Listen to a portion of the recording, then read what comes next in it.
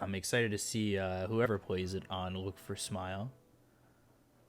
But like Yeah, you it said, was with that arcane supremacy, anything being thrown back at you is just so deadly.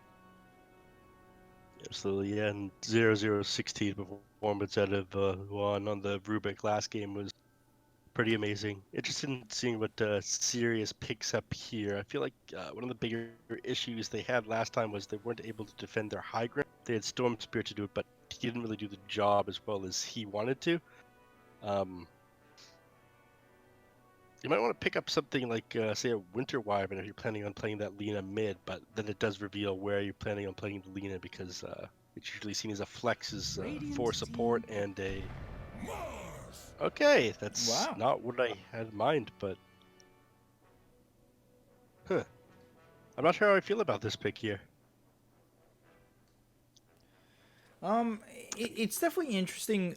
I was having a lot of conversations with Mofara about Mars. Like, there were so many drafts where we were like, yeah, Mars is the obvious pick here, but he seems to be getting ignored a lot. I'm not exactly sure the reason for that, but maybe know a little bit more than I or or I or he does, or I I mean, when do you and he pick him, does. I feel like you want it coupled with another hero ability that goes super well inside his ultimate. Like I think EG was playing it super well with Warlock and Disruptor. We saw some insane combos with the Golem and the Static Storm inside the Mars ultimate. It just completely destroyed entire enemy teams. But we don't have anything like that right now. I mean, the only thing that really fits inside the arena of his is the Faceless Void's Chronosphere. Using a Chronosphere inside the arena of blood, I feel like is Counterintuitive. counterintuitive. Yeah. So I'm interested in see what their last pick here is, what they're going to use in combination with the Mars. Otherwise, I'm not sure why they would pick it up at this point in the draft.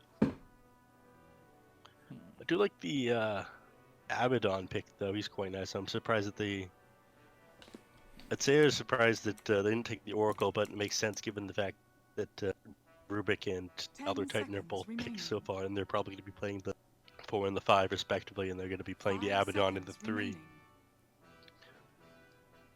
which is strange to me. I think Abaddon fits turn 4 a little bit better than 3 these days. I think it really depends. I know Abaddon can really hold his own, but I also feel like in the three he falls off quite a bit. Mm-hmm. If you're able to get a Radiance, you can do the same thing that a lot of other heroes or offliners can with it. Uh, the only issue is putting that kind of gold and putting that kind of time investment onto getting an item and not having any impact in the game or having a smaller impact than you'd otherwise be able to up until you get that. And you want your offlaner to kind of make space for your mid and your safe lane, not the other way around. So let's see what they take last here. I feel like they have a couple of options, but if you've got a gyrocopter on your team, you want something with a little bit of lockdown as your last pick. They've got a lot of reserve time to work with though, so. Yeah, they do have lockdown with the Rubik and the Elder Titan, but it's not reliable with the Elder Titan, and that gives you the lockdown you're looking for because you've got Searing Chains. Now, of course, you have to hit them. They're harder to miss than, say, the Stomp, but a little bit more reliable overall. Being able to stop it faces void from time walking with that searing change is super useful as well. I'm not sure how I feel. Team Sirius, they could actually pick up an Oracle here, and I feel like that would be a decent move. So put the Lena mid, because Lena is very versatile at the Actually, moment, where we see I take Lena that. mid or 4. Yeah, actually, I take that back. I really want to see something that goes good with the Viper. Okay, that Very is something that out of meta. it is out of meta, but it can go in the arena of blood. I feel like the Viper, especially once he gets that level 25 count, if you manage to lock somebody into the arena with the Nether Toxin on the ground, disabling the passives and reducing the magic resistance and applying that silence as well, that could be huge. But you're waiting a long time for that, and you're relying a lot on magical damage inside this arena with this draft. I feel like a couple, like some magic resistance under your belt, you're in a pretty good place for looking for smiles. So once again, I'd say I prefer their draft. Last time you liked looking for smile, or look for smile. It's very hard to keep that both look and not looking and smile singular. Yeah. But, Look for smile. LFS did a very good anyways, job in the first game. I do favor the Elder Titan drafts in the current meta, and I feel like the Mars is a little bit out of place, even with the hero like Viper being able to throw the Nether Toxin down into his pit. Do they have enough to like help the Elder Titan land his ult? Like, is his ult even necessary in these fights, or is it more just pick-off potential? Because I feel like they don't have a lot of lockdown for him to reliably land it. It's more so pick-off. I mean, you can set up for the stomp with the Searing Chains, then afterwards you basically always secured throwing out that ultimate. Same with the +1 second Searing Chains, and you're basically secured throwing out that Elder Titan ultimate. Other than that, they don't have a whole lot to work with, though.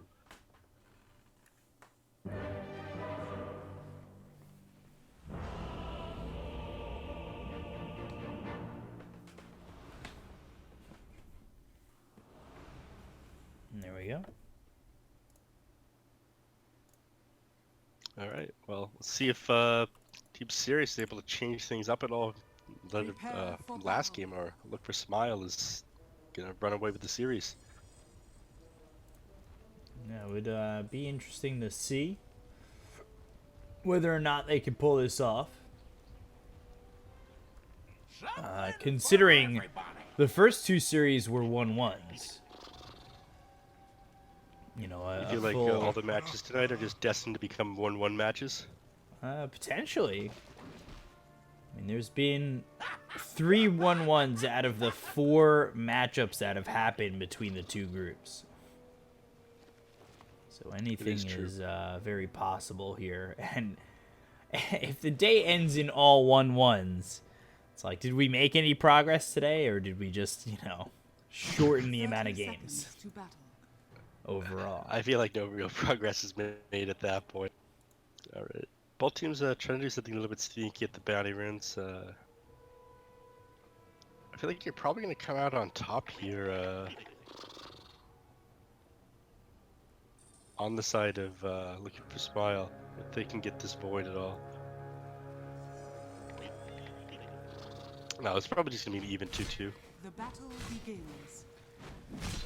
As it should be, but Oh! Doodle, he is allowed to grab one. Yeah, he doesn't take that much damage for it. Alright. Good for him. I mean, you're off to a better start this game than last game already. So taking a look at potential matchups here, or not potential, they are the matchups. You've got Viper against the Ember, which that should be Viper favored eventually, right, with Nether Toxin? Yes, just because both the Nether Toxin and the corrosive skin makes it a little bit difficult for him to harass or to be able to run him down with his magical damage on the Ember Spirit. And even more so than that, when you get a couple of points into poison attack, you could really hit with some right clicks away. 100%. Yeah, he does opt to go first, or the second point into corrosive skin to kind of punish the Ember Spirit should he decide to hit him at all. Yeah, so this could get really tough for the Ember at this moment. And then over bottom, you've got Alina that, I don't know if it looks glitched on my screen or yours, or I don't know if you're seeing it the same way I am. No fire effects at all. Is that a glitched item I at all? see that. I see that as well. Odd. Very odd. I'm not... It is kind of weird. I'm not... It's just like... It just looks like floating. Like the model is stuck as well. Weird. Yeah, it looks like that for me too. Looks like feels wrong. Yeah, you've got the Luna and the Mars down here, And that's going to be up against the Gyrocopter and what was the Elder Titan, but he's, at least for now, heading towards mid, where we see that D-Stones is taking level 2 into the Nether Toxin to start this off, but doesn't have any mana remaining. But what's coming in the bottle? Courier. A bottle? No. Salve and a mango, actually. Will make sense. He's been spamming this Nether Toxin out on the Ember Spirit just to gain any advantage on the lane that he possibly can. So, being able to mango up is pretty important for him right now.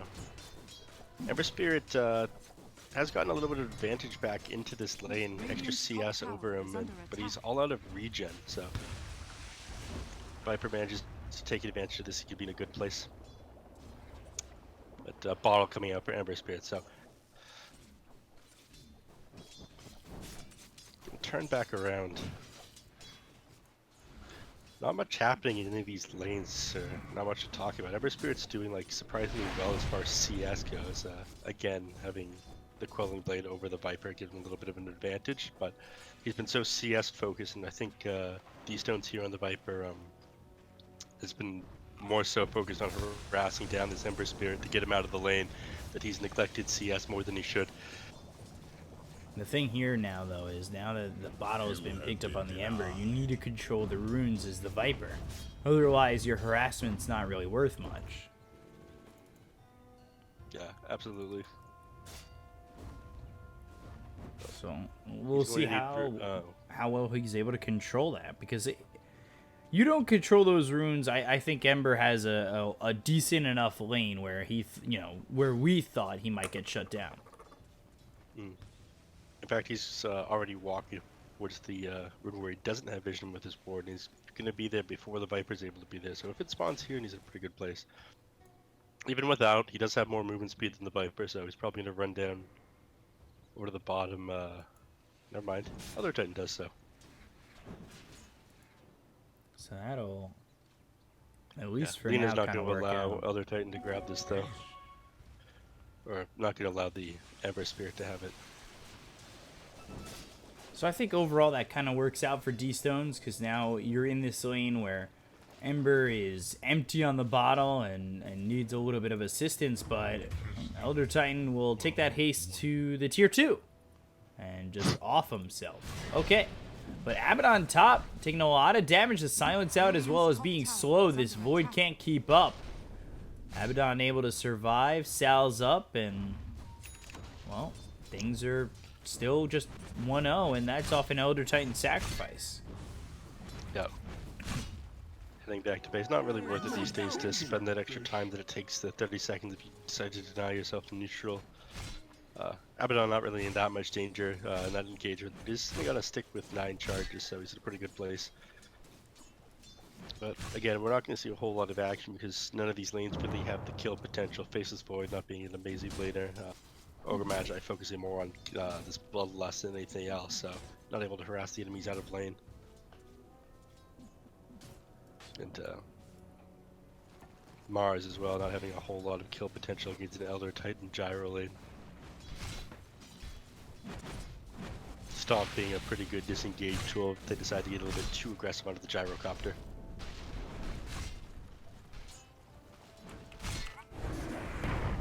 The sweep on it too. But no follow-up, really.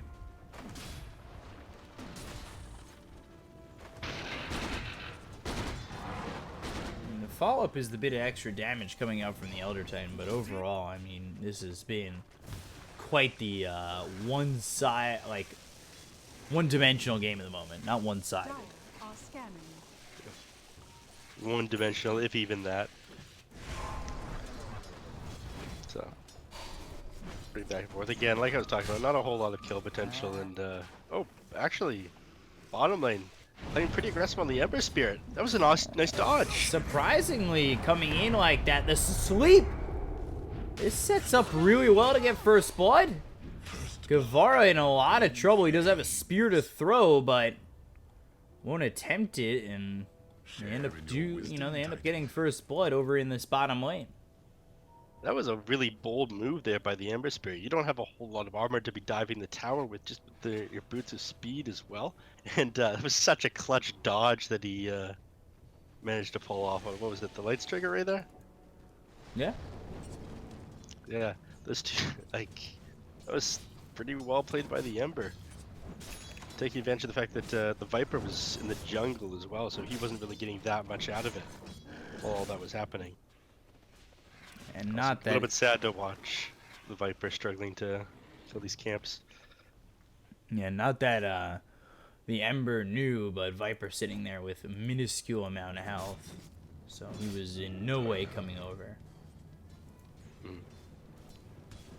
Well, he figures, okay, if he's not in the lane, he's gonna farm the jungle for a little while. He's not gonna be doing, or he's gonna be too busy with that. He probably has to throw out a lot of men onto his jungle camps as well.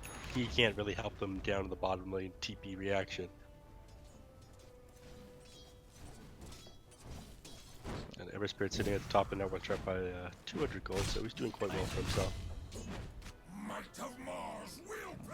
Bring down Guevara with the rotation of the 2 supports coming in. Dire's bottom The tower second is kill under of the attack. game. And it does say 3 kills on the board, but Elder Titan sacrificed himself. He didn't exactly die to anybody. Mhm. So that kill score a little bit misleading. Yeah.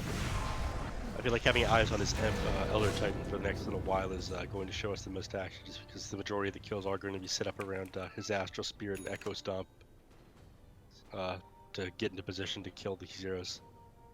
So if we watch him, we should know where the action's going. Rune of invisibility. Actually, might take back what I just said. You've an Invis rune on the Ember Spirit. Looks like he's rotating top. We'll have the opportunity to sleight of fist Searing Chains, and Mad might be the one who gets the brunt of this. They are setting up, potentially looking for the Void, who's been silenced and now in a lot of trouble. Sleight of fist coming in, and Chronosphere defensively or not, they've got the lean up of the sleep. Oh, they turn this around, they get themselves 1, might be 2, will be 2, but they lose the Is Abaddon. under attack. And Yeah, they do. 2 for How did 1. he get that kill? How did Abaddon get that kill after he died? The Aphotic Shield popping. It doesn't the Aphotic Shield pop first? Question mark? Well, maybe the damage didn't hit immediately? Yeah. We better test that in the lab later. Dire's middle tower is under We're going to the lab. What you guys don't know is there's alright, never mind. Top That- secret Dota mechanics are being tested in there later. Yeah, you ever see those 1970s videos of oh boy. The doodle just dying to the Rubik like that. You see those 1970s videos of just scientists tweaking things and mixing flasks. That's us. That's what we do. Dire's top tower To is weird under attack. synth music. I like it. So There's a nice little pick off there by the Rubik. yeah, just throwing a Fate Bolt out. Void kind of living life a little too on the edge. Yeah, Dire's flops top over and tower dies. is under attack. But look for Smiles is again showing their strength. That I feel like there's a lot more mistakes Sirius this game than there was when they were playing against VG. Yeah, not as clean, for sure. Dire's top tower is under attack. And it can't be Dire's that top way. tower has fallen. You know, all these teams are pretty Radiant cutthroat. structures are You make too fortified. many mistakes, like, you're going to pay for it. It's not going to be an easy way back. Now Void Give it trying to run. Doodle getting hit with the call down. Rocket Barrage. So much trouble. Unfortunately, they thought better of it. Radiant's I don't think they know bottom what tower level has Time Walk fallen. is at. He's sitting at level 7, so not much they can do about that one. Chronosphere is Dire's back top up, so tower they is decide to under TP some attack. heroes into the mid lane. They can potentially set up a Dire's kill here. structures are fortified. Arena of Blood is up on Mars as well. The only issue is they don't have a whole lot throwing it without this Viper. Actually, he's rotating as well. Dire's He's a top smoke tower gang is coming under through. attack. But look for Smile almost knowing that gank was coming as they back off the second the movement starts that direction.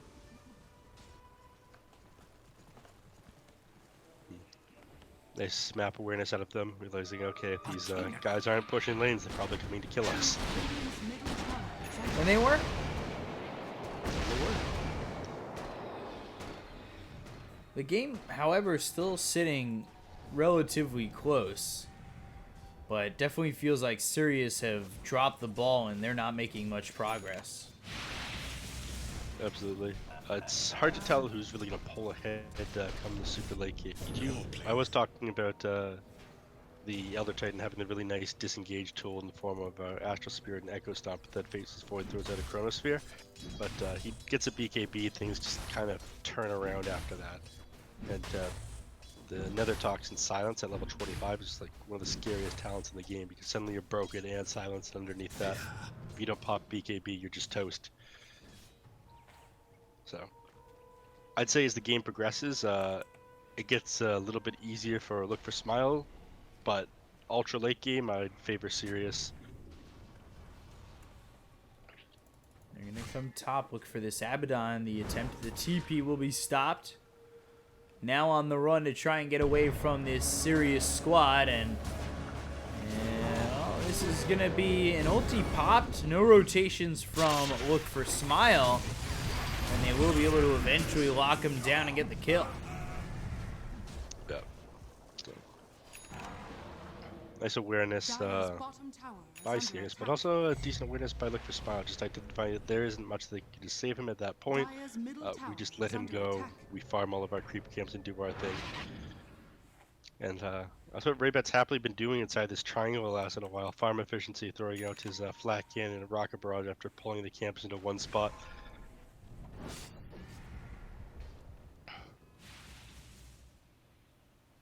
So, Look for Smile feels like they know what their objective is in this game. Farm up for a little while before really taking any engagements. If I get some along the way, awesome. If not, they're not in that much trouble. Other Titans as well, just sticking up for a little bit of EXP. And a great skill to steal there for Rubik, the Bloodlust. It's only level 2, but very well worth it at the end of the day. Makes his allies very happy. I'm not sure if you play Dire's them middle much tower with is under attack. the gamers of higher MMR, but they tend to get very frustrated with you if you're playing a Magnus or an Ogre Magi and the buff button is not on them. It's a lot of pinging from There is a what lot I've of heard. pinging. Abaddon again in a bit of trouble, does not have that ult, but they've got the Arena of Blood. And, well, Kavar is going to die in his own arena.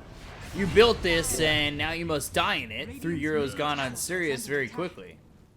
Yeah, I mean, this is what I was talking about in the draft. You throw out the Arena of Blood, so what? What else do you do with it? Yeah, it combos pretty well with some of your other spells, but if you don't have another hero that can really take advantage of that Arena of Blood, it's just a giant circle around you that isn't doing anything.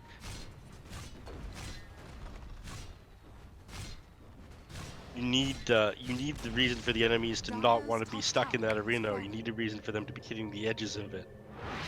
If they don't have that lockdown inside the arena, or that huge threat of damage inside the arena. Oh boy, Viper. Potentially caught, Nether Toxin thrown, and on the run, but D-Stone's still alive and eventually falls. Chronosphere, questionable, because you don't have the follow-up damage. And Nether Toxin's being thrown on these heroes. He's gone. Ogre did too. By Rubik, and it's just so much stronger on him. Dire's middle tower The amount of damage you can pull out right there with the Nether Toxin on the Rubik and like the Flame Guard and the Searing Chains on the Ember Spirit is insane. Swan is just playing so well. He's played these qualifiers up to this point pretty much perfectly. 100%. Yeah, he identified that was the most value spell that he could have had there, and he stuck with it. I think he's going to continue to stick with it too. That magic damage amp with like such a heavy magical damage team that he's got at the moment. Even Gyrocoppers is people don't realize the majority magic damage amp is in the late game. They're gonna go again on this Viper. See what they can get. He's in the Nether Toxin that Rubik keeps throwing down. Arena of Blood committed, as well as the Spear. Laguna Blade thrown, but they don't get the kill just yet. And, well, down goes the Mars. Look at As that well as the teamwork. Lena. So, a double kill for the Abaddon, 13-3. Well, look for Smile. It's all them.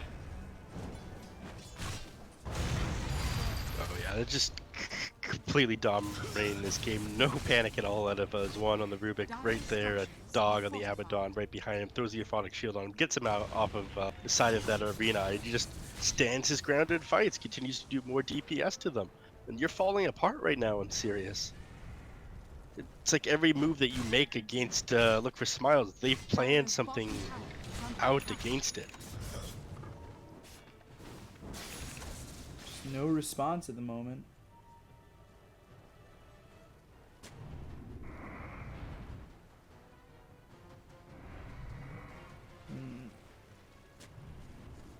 And that's becoming a big problem. They don't have any responses. They don't have a lot of time to continue to the farm. They don't really have any big team fight abilities other than Ember? the Chronos. Finds the Lena again, and HYM is dead. Yeah, they don't have these big team fight abilities to be able to turn the game around either. The two biggest things that they have is the Arena of Blood from the Mars, but nothing to go with it, and the Chronosphere from Faceless Void, but they don't have the damage inside the Chronosphere. I mean, I think the most damage they have is just like whatever Viper can throw down, or Dragon Slave from Lena. This team that they drafted just isn't there to be playing from behind. Abaddon's just moving forward, knowing he's got that ult ready. Like, do damage to me, I don't care. And the fact that Rubik gets to hold on to his Nether Toxin for so long is really a thorn in the side of Sirius's game plan. Yeah, there's not much they can do to stop him. I mean, either takes Nether Toxin or he takes the ultimate. Both of them are pretty bad for them to steal. I mean, I imagine Nether Toxin is a lot worse because of the heavy magical damage coming up from the first Smile, but it's not like you're throwing out the Viper Strike to farm a creep camp, so every time Rubik sees you, you can pretty consistently steal that spell, and it is just so good on it.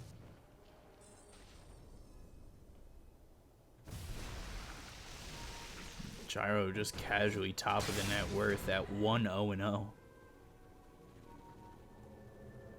Has been given so much space to work with.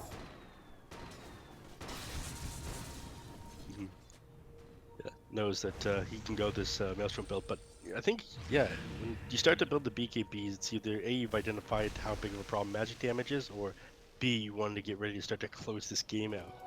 And I think that they probably could start to close this game out in 26 to 27 minutes.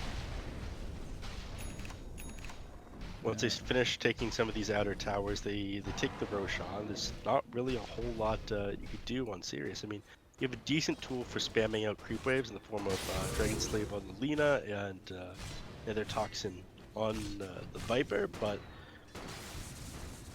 you don't have the bulk. You don't have somebody to sit in front to be able to tank some of the damage that's coming out from Look for Smile while sitting under your tier 3 tower. Your Void is just picking up a Maelstrom. And your Viper wants Guardian Greaves. Like, he's got the Veil. Guardian Greaves are next. Maybe that's a bit of a change, and maybe something that they could use to turn this around. But even then, it is still so tough.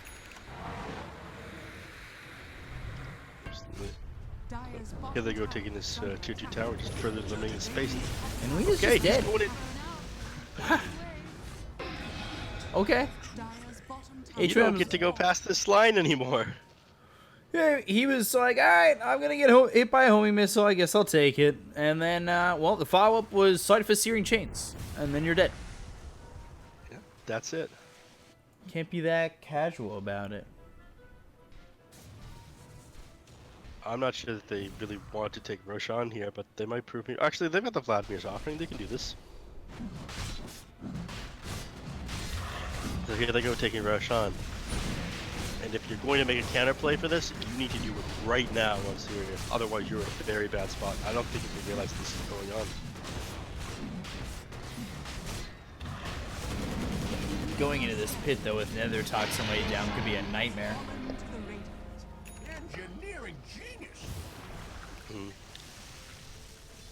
Not something you're usually expecting when you're the one with the Viper on your team. They've got telekinesis. Throw down the ogre. They've got the silence. They'll get a kill. They look for the rest who are trying to escape. And Void might be caught. Remnant over. Time walk across. Sleight of fist. Does miss the And Searing the Chains TP attempt is an escape. Yeah, unfortunately, missed the Searing Chains with that one. But, nice attempt trying to catch that Void there. A little bit difficult if you don't know that they're there. Like you have to press the button ahead of time. But one by one, they get these pickoffs 16-3 in the favor of Look for Smile. Looking for the first 2-0 in this group. And it would put them right atop the standings. Not something anybody was expecting.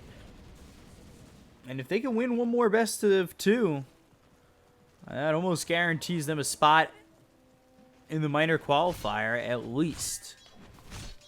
I mean, the performance of some of these people in Look for Smile has been absolutely insane. I mean, Ember Spear played the lane so well. He was at a disadvantage at the start.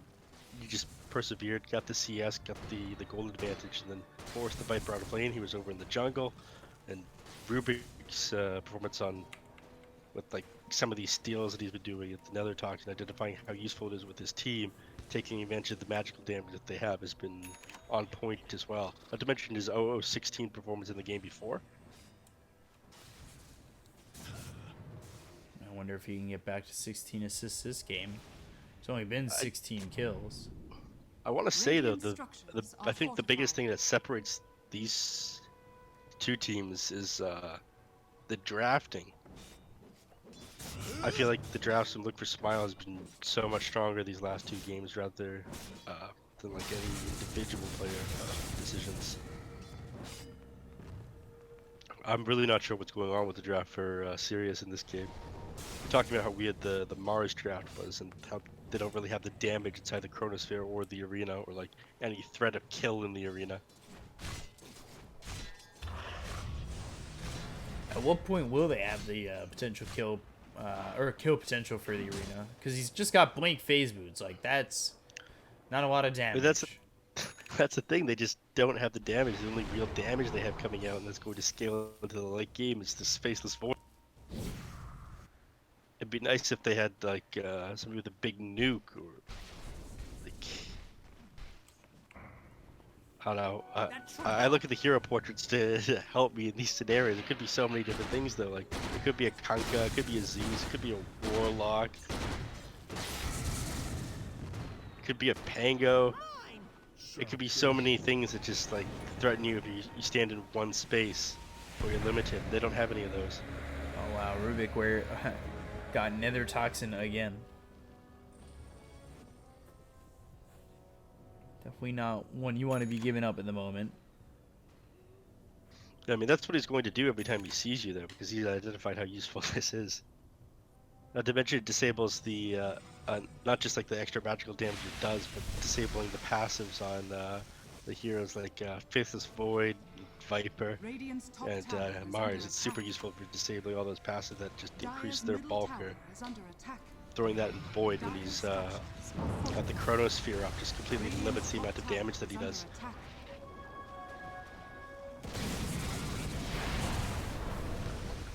Just Nether Toxins being traded. Get the stun. There's the spear back into the tower with the Laguna Blade. They'll pop the Aegis, but what else do you have?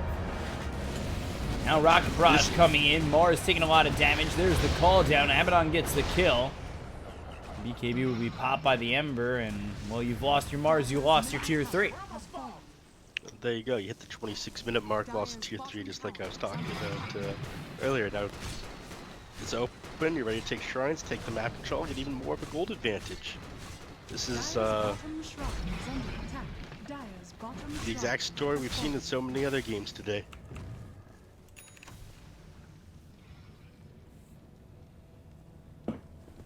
Really much So, to take and away what can you from really do right now with Sirius? Your DPS isn't really increasing as the game goes on. I mean, yeah, Void trumps all eventually, but When the gold discrepancy becomes so big, there's nothing you can do. And your eventually continues to get pushed back until there is none.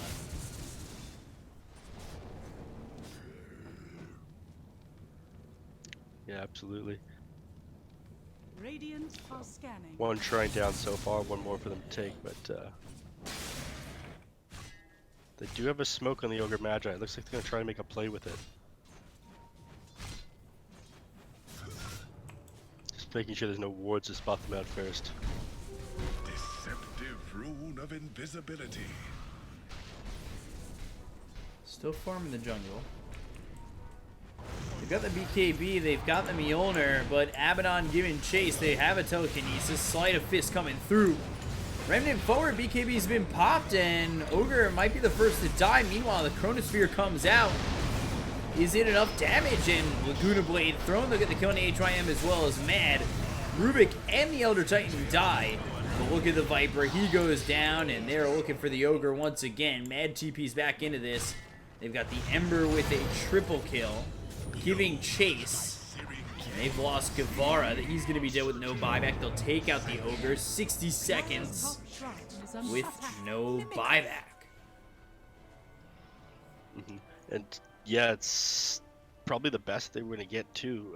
Like that in the fight that they had in the mid lane with Ember Spirit TP top trying to deal with that Faceless Void. They're taking the best fights that they possibly can. I'd say that they'd be winning some of these fights too if their draft is just a little bit stronger. Like the Sirius clearly know how to play Dota, they just don't have the drafts for it. Yeah, these drafts have to be way better, and unfortunately they are just not really working out at the moment.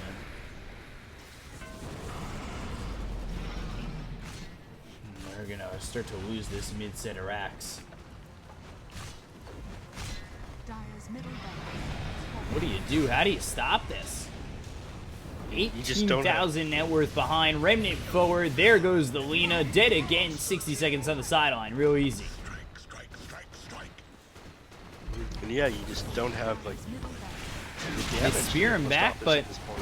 stun onto the Void. He slept and dead. They're all gone.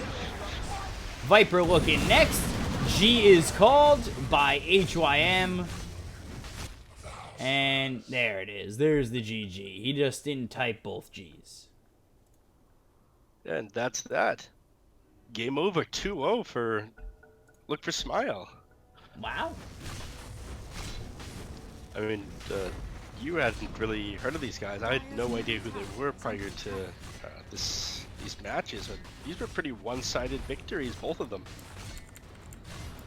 Yeah, very much a one-sided affair. Surprisingly so, that's for sure. And like Sirius showed no life. Like Yeah, that was one of the frustrating parts to it, is they showed no life. Yeah, I don't feel like they had that match for even a moment that time. I mean, again, they're talking about the weakness of their picks, and they lost all 3 lanes. Like, they didn't have anything that game.